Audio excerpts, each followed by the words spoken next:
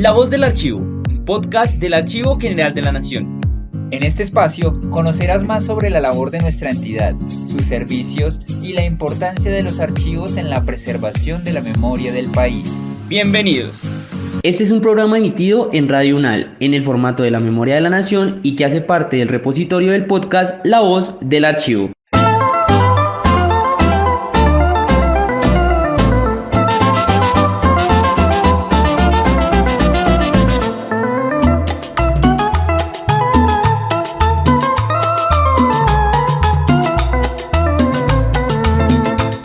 Bienvenidas y bienvenidos a otro episodio de La Memoria de la Nación. Gracias por conectarse cada semana a este espacio lleno de historia, archivos, memoria y en el día de hoy especialmente lleno de música. Quiero saludar a mi compañero Kevin Hernández. Hola Mario y hola a todas las personas que se conectan cada viernes en nuestro programa. Bueno Kevin, bienvenido también y les queremos contar que a lo largo de este año, del 2024, hemos abordado múltiples temáticas siguiendo la línea de nuestro director general Francisco Flores Bolívar, quien ha manifestado que el Archivo General de la Nación debe ser partícipe de los debates nacionales alrededor de la cultura, la historia y la memoria nacional. Hoy hablaremos un poco de nuestra música, específicamente de esos ritmos que en Medellín se conocen como el chucu-chucu, pero que en toda Colombia se reconoce como la música de diciembre. Más allá si es una cumbia, un fandango, un currulao, un vallenato, un porro, nuestro imaginario nacional asocia estas canciones típicas de estas fechas como música tropical bailable decembrina de Colombia.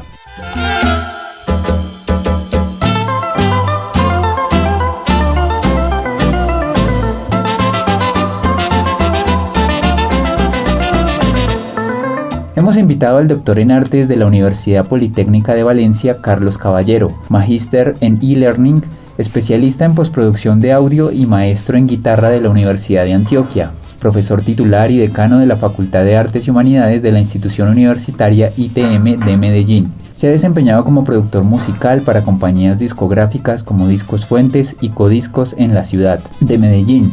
Se desempeña además como guitarrista y vocalista de la agrupación de la ciudad de Medellín también, que estamos escuchando de fondo el día de hoy, Afro Sound, y en lo personal pues es de mis favoritas por ser pues una agrupación de esta música tropical colombiana, pero que tiende a ser de un sonido bastante característico y también que se inclina más por la música instrumental, que en lo personal siempre me ha gustado mucho más. Y bueno, profesor, sin más preámbulos, bienvenido a nuestro programa y gracias por aceptar la invitación.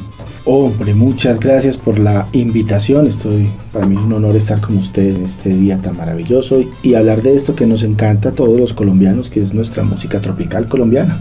Muchas gracias por participar, profesor Carlos, en nuestro programa. Y para iniciar me gustaría que nos pusiera en contexto sobre la creación de lo tropical bailable en Colombia. ¿Cómo fue este origen de lo que hoy conocemos como música tropical colombiana? Bien, yo creo que hablar de un concepto tan amplio como la música tropical colombiana, pues valdría la pena tener, digamos, diferentes fuentes que nos permitieran a nosotros más o menos dilucidar qué es eso tan grande de música tropical colombiana, ¿cierto? Lo primero es que es música de baile, es decir, uno concibe esta música si no es a través del cuerpo, de lo que sentimos nosotros cada vez que escuchamos las pulsaciones de los tambores, sintiéndonos pues a los orígenes de estas músicas. Y más aún también en la contemporaneidad de las músicas, cuando ya tenemos instrumentos electrónicos como el bajo, luego idiófonos como la güira, que generan unos ritmos que inmediatamente nos tienen que poner a bailar. Entonces es hablar de esto, es hablar de que mucha de esta música también era de carácter indígena, que se junta con esas músicas de los tambores, de los africanos, y que es, digamos, de alguna forma u otra amalgamada con los conceptos musicales europeos tradicionales de toda la vida. Y esto permite que cale no solamente en estas poblaciones, sino en todos el constructo histórico de lo que somos como nación.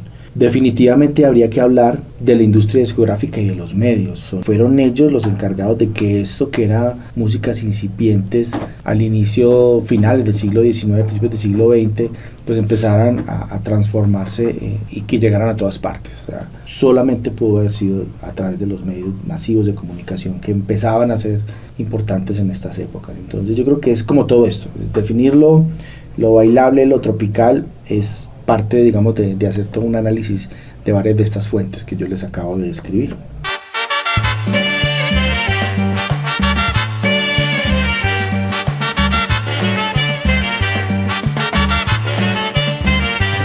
me gustaría que habláramos un poco sobre la influencia de las grandes orquestas como la de Lucho Bermúdez y Edmundo Arias en la creación de esta música tropical bailable pues en el departamento de Antioquia. Sí, lo que pasa es que eso fue un fenómeno particular porque precisamente en la ciudad de Medellín se gesta lo que conocemos como industria discográfica, derivado, digamos, precisamente de eso que Medellín se denominó en mucho tiempo como la capital industrial de Colombia. Son esas mismas fábricas que motivan a que se creen las emisoras, posteriormente las discográficas, en fin. Entonces eso propició a que estos músicos no se vinieran del todo para Bogotá, para la capital, o no se quedaran en la costa atlántica, sino que se vinieran a donde estaban las empresas que los iban a grabar, que iban a grabar la música, que iban después a reproducir, no solamente en la radio, sino que iban a vender. Esto, digamos que fue necesario y Medellín fue ese epicentro, entonces la influencia fue muchísima, pero no fue gratuita, o sea, la música llegó de una forma y la música empezó a convertirse, porque las músicas tropicales, llamémosla la cumbia y todos sus derivados, todos sus géneros, sus aires, son más folclóricas. Lo que hace Lucho Bermúdez, Pacho Galán, Edmundo Arias, con todas sus orquestas, es vestirlas un poco más de frac. Es una especie como de blanqueamiento de esta música. Hacen en realidad un blanqueamiento para poderla meter en los clubes sociales, para poderla meter en los hoteles y en la clase media alta de estas sociedades. Eso fue lo que pasó, eso fue lo que hizo allí. Entonces digamos que la influencia pues es esta, definitivamente. Correcto, profesor. Sí, en una conversación anterior que tuvimos precisamente por allá en el mes de mayo, ampliamos mucho más este tema precisamente con nuestro director Francisco Flores Bolívar. Entonces, para las personas también lo pueden encontrar en nuestro canal de YouTube, AGN Colombia, para que puedan conocer este episodio que tuvimos la vez pasada también con el profesor Carlos. Bueno, y en este caso, profesor, ¿de qué manera se fusionaron las influencias como la del rock anglosajón con la música tropical de la costa atlántica en la escena musical juvenil en esta época? Hay que entender algo, y es que ahí vuelven los medios. Pues nosotros no nos habríamos dado cuenta, o los jóvenes de la década de los 50 no se habrían dado cuenta que existían las guitarras eléctricas, las baterías y todas estas cosas, pues si no lo veían a través de las películas o lo escuchaban a través de la radio y veían los discos y los pósters de estos cantantes y de estas personas, cómo se movían, cómo hacían, y pues necesariamente esto influyó en los jóvenes. Lucho Bermúdez ya estaban adultos, ya estaban grandecitos, pero los pelados de esa época, 16, 17, 18 años, incluso más jóvenes, me dijeron, la música de los viejitos no es lo nuestro, es lo que pasa actualmente también, ¿cierto? Entonces lo que hicieron ellos no querían hacer música tropical con instrumentos de rock, pues no, lo que querían hacer era rock, volver rockeros. Digamos que los primeros de los teenagers, que fueron los primeros de movimiento juvenil, de estas agrupaciones, de estos conjuntos musicales, arrancan por ahí en el 57, 58, hace su primera grabación. Era algo todavía muy incipiente, los instrumentos tocados de una manera muy sencilla. Esa fue, digamos, como ese cambio que hubo. Entonces, cuando vos tenés estas agrupaciones, que son pelados, que son jóvenes, algunos de ellos buen mozos, pues de buena apariencia física, y los vistes de este entramado, pues entonces empiezan a ser importantes. Y si de pronto les dices a ellos, venga, y ustedes de pronto no tienen un porro, una cumbia que toquen, pues tomen esos mismos elementos que tienen, que puede ser un acordeón, una guitarra, una batería, un saxofón, y empiezan a hacer lo mismo. Y allí se genera esa ruptura que hay. Esa es una ruptura generacional.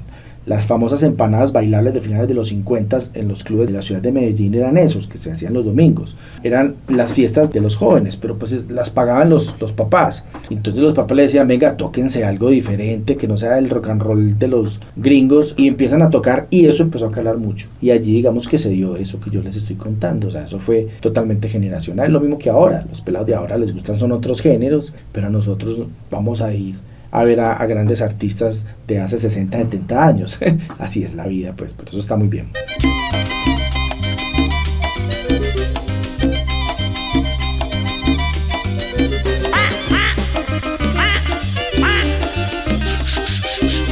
¡Vuela, vuela! Los gansos en la laguna, el agua la chapalean, y cuando se están bañando crepan la pluma para que lo vean. Para abordar ya nuestro siguiente tema, vamos a hablar un poco sobre las principales discográficas que ha tenido de hecho Colombia y bueno, que surgieron precisamente en Medellín, como son Discos Fuentes y Codiscos. Entonces, ¿qué papel tuvieron estas compañías discográficas en esa consolidación de lo que hoy llamamos música raspa o chucuchucu? Esta consolidación del denominado sonido paisa digamos que fue una construcción estético-sonora transversalizada por lo comercial, que tuvo una alta influencia, pues, por supuesto, de la tecnología de audio, de la tecnología de grabación. Como les dije anteriormente, fue trascendental que Medellín fuese la capital industrial en su momento. Pues claro, necesariamente había que hacerlo, y había que hacerlo al estilo como lo hacían en la ciudad de Medellín, como tocaban, pero Medellín se convirtió en un crisol de muchas culturas. Gente de la costa atlántica, del interior, del Pacífico colombiano se juntaban allí y entre todos hacían estas músicas con sus particularidades. Entonces, definitivamente cada una de las discográficas, Sonolux, Silver, Fuentes, Codiscos, que era Seida, Discos Victoria, por llamar, e incluso la misma Ondina Venus, por mencionar, digamos, las más importantes, constituyeron eso que la gente ha denominado el sonido paisa, o que también podemos denominar el chucuchucu, que es bien particular porque en ese entonces, y todavía algunos de ellos, cuando tú les mencionas la palabra chucuchucu se ofenden, no les gusta la palabra chucuchucu, dicen que es un término peyorativo, y puede que sí, porque digamos en la década de los 70, cuando esta música tan pegada a nivel nacional, que la verdad que influyó a nivel nacional bastante, algunos intelectuales y personajes de la época la menospreciaban porque para ellos la verdadera música tropical era la de las grandes orquestas.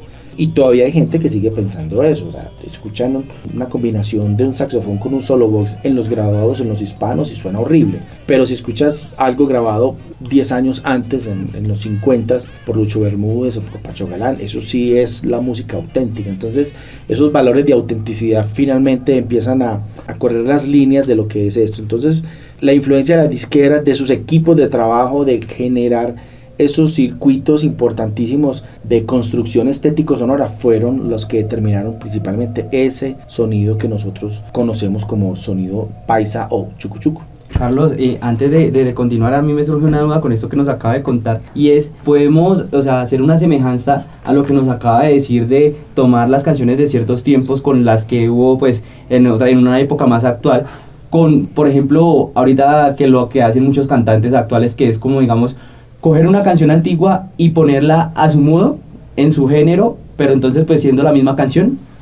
Sí, yo creo que la apropiación de esas músicas ha existido toda la vida, en toda la historia de la música. Bach muy seguramente habrá tomado ejemplos de artistas, de compositores antiguos, pero muchos músicos hacían lo mismo. Mozart muy seguramente también se inspiraba en frases melódicas y construcciones armónicas que hacía el padre pues del contrapunto, que era Bach, y así sucesivamente en toda la historia siempre se hicieron este tipo de modificaciones y variaciones e inspiraciones con base en otros temas. Hay citas alosónicas que son tomo una parte de una canción y me la llevo para otra y la aplico en definitiva muchas veces, y eso es importante, créanme que eso se hace muchísimo. Tiene que ver también con el tema de los covers o de los reencauches, que fueron muy importantes en la década de los 90 en Colombia, muy importantes, en serio. Como decimos también nosotros de manera folclórica, trabajar con el burro amarrado. Una canción ya fue famosa en una época, ¿por qué no volverla a grabar? Con otros sonidos, con otras cosas. Ya hay algo que le gustó a la gente de allí. Eso no lo inventamos nosotros ni nuestra industria, eso es algo que es del mainstream discográfico. Muchas agrupaciones copiaban a Queen, pero Queen copiaba a otros, etcétera, etcétera. Entonces eso no es pues algo propio, y es algo muchísimo más común de lo que uno creería.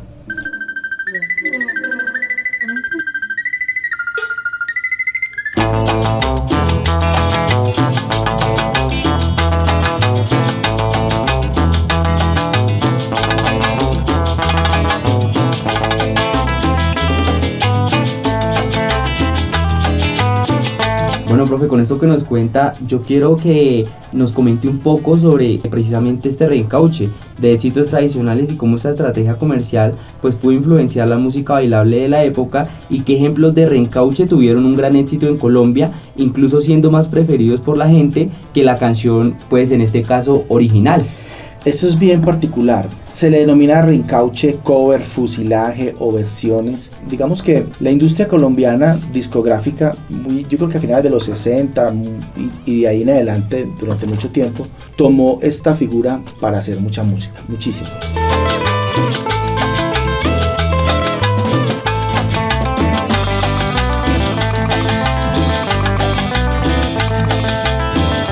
Afrosound, agrupación en la que actualmente toco, su primera gran obra o gran fonograma del año 73. Fue un tema fusilado de una agrupación que se llama Los Mirlos, que graba La Danza de los Mirlos en el 72 y Afrosound la graba en el 73 con un éxito rotundo en Colombia. Pero era también eso, las discográficas ecuatorianas pues no llegaban o peruanas no llegaban a Colombia y viceversa, y más fácil las colombianas llegaban allá porque la industria discográfica colombiana tenía mucha influencia, entonces a nivel latinoamericano, menos de nuestros vecinos, y graban un tema exactamente igual, casi una versión idéntica con algunas modificaciones, los músicos diferentes, y se vuelve un éxito. Eso es normal, los covers lo hacen, los fusilajes se hacen para trabajar ya con melodías que funcionan. Nosotros acabamos, Afrosound en este momento está lanzando un disco que se llama Cumbia y Nada Más, con 11 temas, 5 son covers, son 5 temas que ya se grabaron en los 70 y lo que hacemos es volverlos a grabar porque nos gusta, porque nos parecen que tienen una línea estética sonora con lo que nosotros funciona y comercialmente funciona, entonces se hacen de esa forma. Hubo unos fenómenos internacionales importantísimos en los 90, recordemos a Charly Sa haciendo música de Julio Jaramillo, y mucha gente quizás de esta época pudo decir es la música de Charly Sa, pero no, finalmente pasa a la moda y Julio Jaramillo sigue siendo Julio Jaramillo. Lo mismo pues que Iván y sus Bam Bam, que hicieron exactamente lo mismo con música también de los hispanos, de los graduados. 50 de Joselitos. Los 50 de Joselitos es una agrupación única y exclusivamente de cover que todavía está vigente, pero ellos no han yo no les conozco a ellos algo propio, original, un tema, sino que se basan en la interpretación, incluso los interpretan de a dueto, o sea, en una misma canción toman 2 temas famosos y los juntan y eso está bien, o sea, eso es no dejar morir tampoco nuestra música, claro, eso me parece bien y les digo, eso es más normal de lo que nosotros creeríamos. La misma persona, el mismo autor o la misma agrupación puede sacar varias versiones y eso es normal. Recordemos que esto es un negocio, la música es una gran franja de la industria del entretenimiento, es muy importante y la gente lo que le interesa es vender. O sea, si a mí me dicen grábalo aquí en chino, en japonés o grábalo de esta forma, en bachata, en balada, pues yo lo hago porque va a llegar a públicos diferentes y finalmente, vuelvo y digo, es un negocio. Este tema del negocio me parece bien interesante tomarlo por algo, porque siempre han presentado a los grandes fundadores de estas discográficas como las personas que no dejaron morir la cultura colombiana y el patrimonio sonoro, etcétera, etcétera. Por ejemplo, un Don Antonio Fuentes era ante todo un gran empresario del disco y él sabía qué música grabar para venderla. Yo creo que en su mente quizás le pasaba haberse vuelto uno de los grandes personajes de nuestra música y de nuestro patrimonio sonoro. Sus propósitos eran vender música y lo que pasa es que nosotros ahorita lo que estamos haciendo es tomando toda esta música, recordándola, no la dejamos morir. Toda esta música tropical colombiana empieza a sonar a partir de septiembre y se encasilló. Precisamente fue la misma industria la que dijo a través de los compilados discográficos, los famosos 14 cañonazos, el disco del año, etcétera, etcétera, que empezaron a limitar las fechas navideñas como la música característica de eso, pero esto era música que se escuchaba todo el año. Si usted está en la década de los 60 y en los 70, pues claro, escuchar de todo tipo de música, pero en cualquier época del año puedes escuchar los hispanos y los graduados y los Golden Boys, y no es música de diciembre, es música tropical, bailable, que la bailas en cualquier verbena, en cualquier fiesta de pueblo, en cualquier momento, no necesariamente en las fiestas navideñas.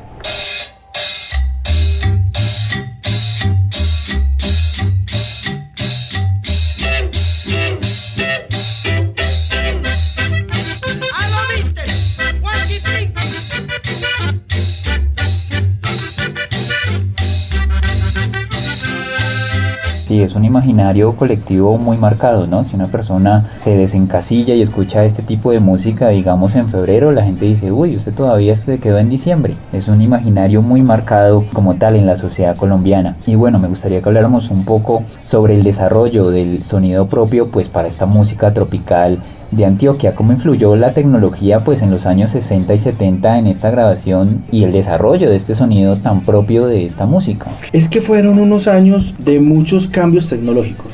Finales de los 50, 60 y durante todos los 70 hubo muchos cambios. Empecemos por algo. El microsurco arranca en 1948, es presentado por la Columbia, por esta gran compañía, y el estéreo comercial fue a finales del 59 y en el 60. Empieza a darse el estéreo, el disco estéreo. Entonces ya no eran los discos de shellac o de pizarra, como dicen los españoles, de acetato de una canción por un lado y la otra canción por el otro, que eran grandotes, pesados de 78 revoluciones por minuto, sino que era el microsurco, en el cual cabían 6 canciones, 5 bien metidas. Y luego cambia la tecnología. Ahí hubo ya un primer cambio, en que ya comprabas un disco y ya tenía 10 canciones. Antes comprabas uno y tenía 2. Eso condiciona también las formas de registro, las formas de producción.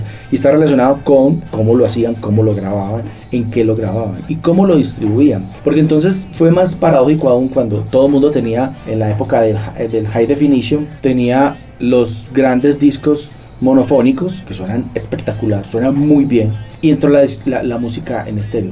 Discos antes, en el 61 graba Navidad Negra de Pedro Lacio y sus Pelayeros como el primer disco estereofónico del país, el primero de todos los discos. Y esto fue muy complicado porque toda esa década fue de transformación. La gente tenía equipos o los que tenían equipos monofónicos. Las emisoras eran monofónicas. Entonces cuando les llegaba un disco estéreo, Dios, ¿cómo vamos a hacer aquí? Porque va a sonar extraño. Entonces tenían unas técnicas de grabación y de corte del disco para que ese disco fuera razonablemente compatible, tanto que se llamó estéreo compatible. Hasta que ya todo el mundo, después de la década de los 70, tenía un dispositivo estéreo en su casa. Entonces fue una época de transición. En los 70s también, porque la música en los 60 se grababan todos en sesión, todos los músicos metidos en el estudio toquen de arriba, abajo, se equivocaron, vuelvan y empiecen.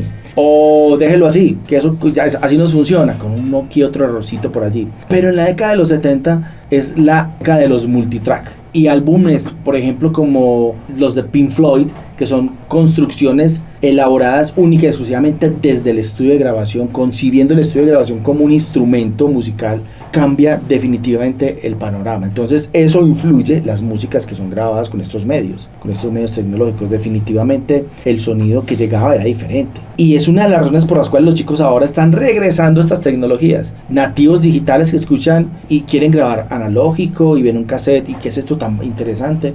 Y un LP, ¿qué es esto? Bueno, en fin, más o menos puede ser por allí. ¡Esto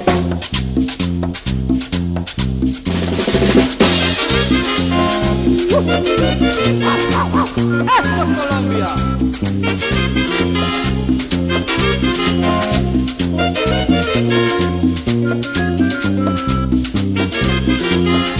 Navidad que vuelve, tradición del año, unos van alegres y otros van llorando. Bueno, profesor, pues no me queda nada más que agradecerle por haber aceptado la invitación a este especial que hemos tenido hoy aquí en La Memoria de la Nación. Muchísimas gracias por participar. Gracias a ustedes por invitarme a este maravilloso programa aquí en esta bellísima capital colombiana. Y bueno, así finaliza este viaje musical que hemos tenido el día de hoy en nuestro programa en La Memoria de la Nación. Este programa, recuerden que es realizado por el Archivo General de la Nación y transmitido a través de Radio UNAL. Muchas gracias, profesor, por esta gran entrevista que nos acaba de regalar, y nos escuchamos en un nuevo episodio. Hasta pronto.